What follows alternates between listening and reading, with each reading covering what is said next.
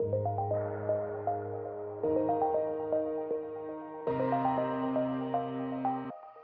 made me a lot more comfortable within my own skin now. It's made me feel like a lot more, I've got a bit more of a spring in my step, because it used to hold me back a lot, having thin hair.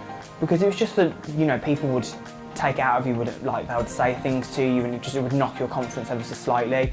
After having the hair transplant, you know, especially with people, the one big thing for me was people walking behind me downstairs, because my crown was so exposed, people would always say something.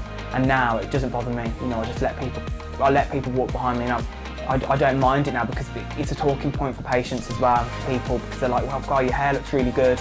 And I just, you know, I've had a hair transplant, so, you know, it's something that I'm quite confident talking about as well. I think it's something that, you know, a lot of people, it's a bit of a taboo subject at the moment, hair transplants. People are quite reluctant to admit that they've had it done, because of surgery, they see it as quite a feminine thing to do, but because there's a massive increase in hair transplants now. I think it's because people are talking about it a lot more, and they're a lot more confident to speak about it. I speak about it a lot in my consultations as well. You know, I say that to people. You know, I say, like, you know, I would never let you walk behind me, ever. But now I do.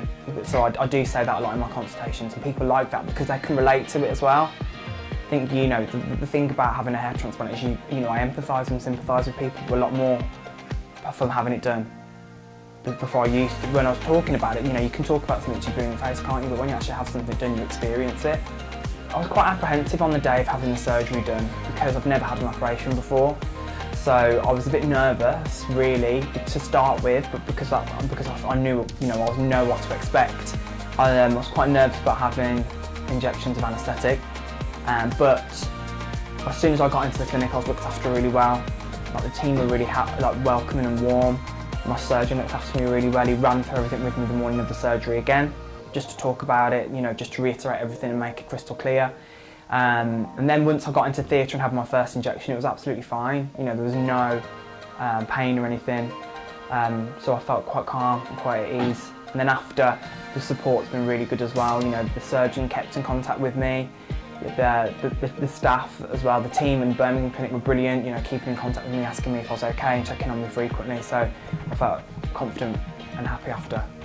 My results I'm really happy with. I'm only 8 months post-op, so I've still got another 9 or so months to go to see the absolute results, because it takes 18 months to reach maximum density. But no one can tell I've had a hair transplant, which is good, which is what I wanted, because it's natural, you know, it's something, a natural look is what I wanted. I didn't want anything to look fake. I didn't want anything to look like I've had a hair transplant, because I wanted it to look as natural as possible. So I'm really happy with that.